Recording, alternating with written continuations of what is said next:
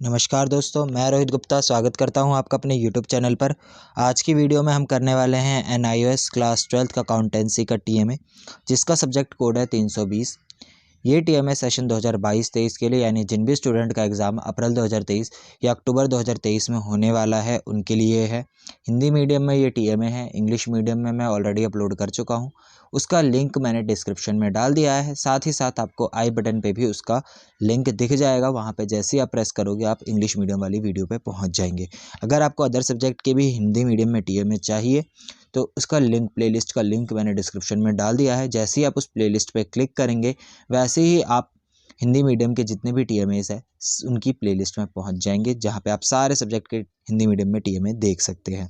तो स्टार्ट करते हैं वीडियो स्टार्ट करने से पहले बता दूं, अगर चैनल को अभी तक सब्सक्राइब नहीं किया है तो चैनल को सब्सक्राइब करें, बेल आइकन प्रेस करें ताकि जैसे ही नई वीडियो आए उसका नोटिफिकेशन आपको मिल जाए।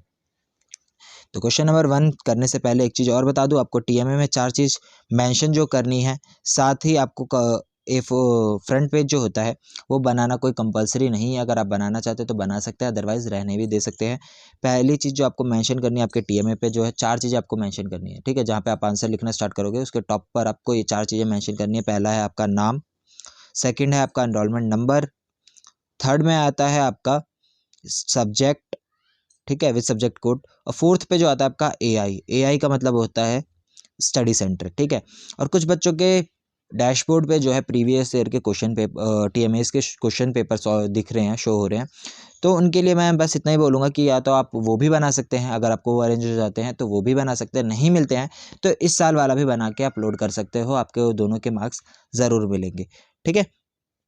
तो ये मैं बताना चाहता था क्योंकि काफ़ी बच्चे इस चीज़ को लेके बहुत ज़्यादा टेंशन में थे, तो मैं ये बता दे रहा हूँ आपको।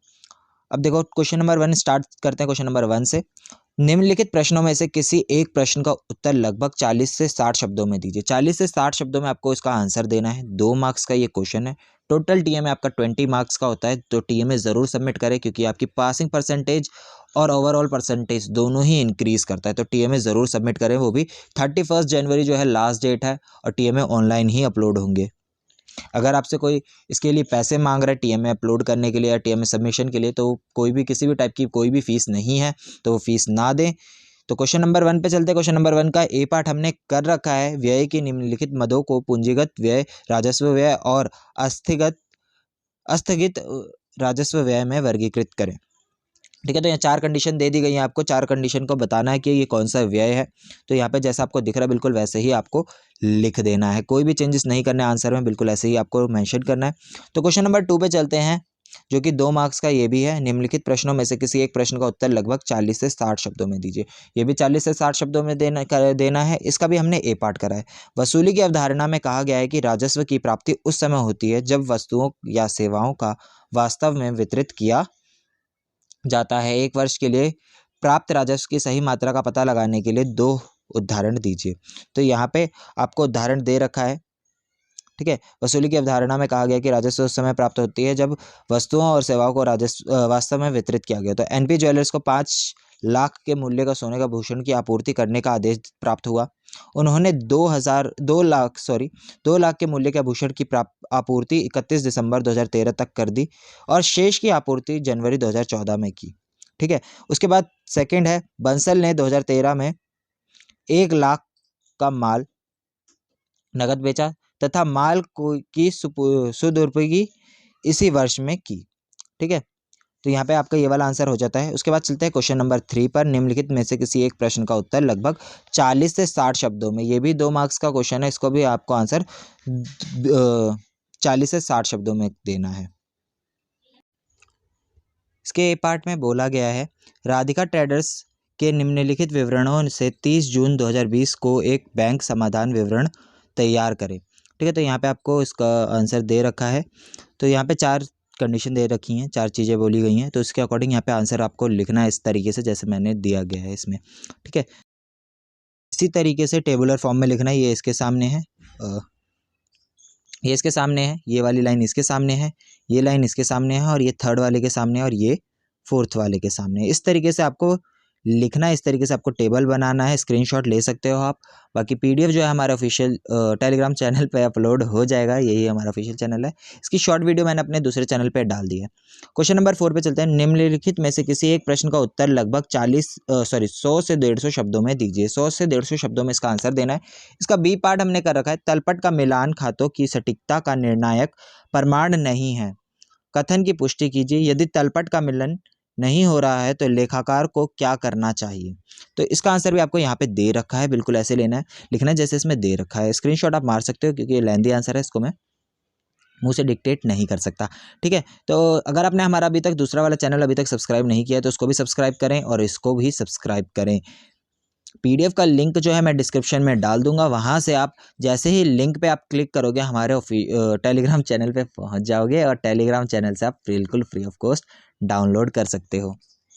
क्वेश्चन नंबर 5 पे चलते हैं। निम्नलिखित में से किसी एक प्रश्न का उत्तर लगभग 100 से 150 शब्दों में दीजिए। 100 से 150 शब्दों में इसका भी आंसर देना है आपको। इसका भी हमने ए पार्ट कर रखा है। हार्शव प्रदान करने की 2 विधियों की चर्चा कीजिए। उनके गुण दोषों के बारे में बताएं। आपके माता पिता हर महीने अपनी नियमित आय में से कुछ बचाते हैं ताकि आपके भविष्य ज्ञात या अज्ञात खर्चा दायित्व को पूरा किया जा सके। पिछले 3 महीनों की बचत के कारणों के साथ एक सूची तैयार करें और अंतर करें कि वे संचय हैं या प्रावधान है। ठीक है, तो यहाँ पे दोनों पद्धतियों को बता दिया गया है। सबसे पहले सरल रेखा पद्धति है, तो जैसे इसमें एक्सप्लेन किया गया बिल्कुल आपको ऐसे ही लिख लेना है। मैं धीरे धीरे एक्सप्लेन करूँगा, साथ ही साथ चीज़ें आपको बताते हुए चलूँगा। अगर आपको हैंड रिटन टीएमए चाहिए तो उसके लिए आपको हमारे व्हाट्सअप नंबर पे आपको कांटेक्ट करना होगा। हमारे व्हाट्सअप नंबर आपको स्क्रीन पर दिख रहा होगा, वहाँ से आप हमें व्हाट्सएप पे कांटेक्ट करें। आपको बिल्कुल मिनिमम चार्जेस में जो है हम हैंड रिटन टीएमए प्रोवाइड करते हैं। अगर आपको इंग्लिश मीडियम में भी चाहिए हो तो इंग्लिश मीडियम में भी हमारे पास अवेलेबल है, आप इंग्लिश मीडियम में भी ले सकते हैं। इसके बाद यहाँ से आपका टेबल स्टार्ट हो जाता है। जैसे यहाँ पे टेबल दे रखा है बिल्कुल एज इट इज़ आपको लिख लेना है। ठीक है, अगर आप इसमें कुछ चेंजेस करना चाहते हो, जैसे कि डेट वगैरह में चेंज करना चाहते हो या कुछ इसमें विवरण में कुछ चेंजेस करना चाहते हो तो उसमें आप चेंजेस कर सकते हैं, लेकिन अपने अकॉर्डिंग ही मेंशन करें इसमें। ठीक है, तो मैं बिल्कुल धीरे धीरे स्क्रॉल कर रहा हूँ ताकि आप स्क्रीनशॉट मार सकें। ठीक है, तो बढ़ते हैं क्वेश्चन नंबर 6 की तरफ। नीचे दी गई परियोजनाओं में से किसी एक परियोजना तैयार कीजिए। कोई एक परियोजना तैयार करना है, इसका बी पार्ट हमने कर रखा है। एक फार्म के भागीदारों के साथ चर्चा करें और साझेदारी की विशेषताओं का पता लगाएं। उनसे यह भी पूछें कि क्या उनके बीच साझेदारी संलेख है और साझेदारी संलेख के ना होने की स्थिति में क्या होगा। तो यहाँ पे साझेदारी की निम्न विशेषता है, तो यहाँ पे एक्सप्लेन कर रखा है। सबसे पहला है समझौता। ठीक है, समझौते को बता रखा है। फिर है व्यक्तियों की संख्या। ठीक है, फिर व्यक्तियों की संख्या बता रखे क्या होता है।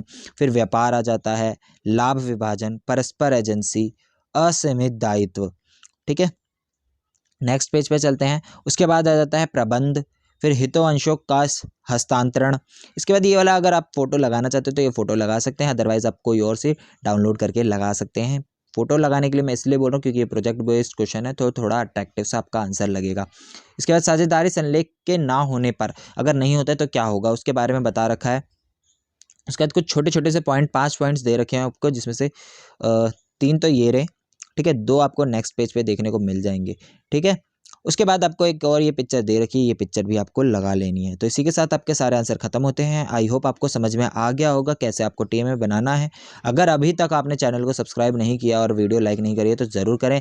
कोई भी डाउट हो आप हमसे व्हाट्सएप पे कांटेक्ट कर सकते हो। हमारे व्हाट्सएप ग्रुप का लिंक भी आपको डिस्क्रिप्शन में दिया गया है।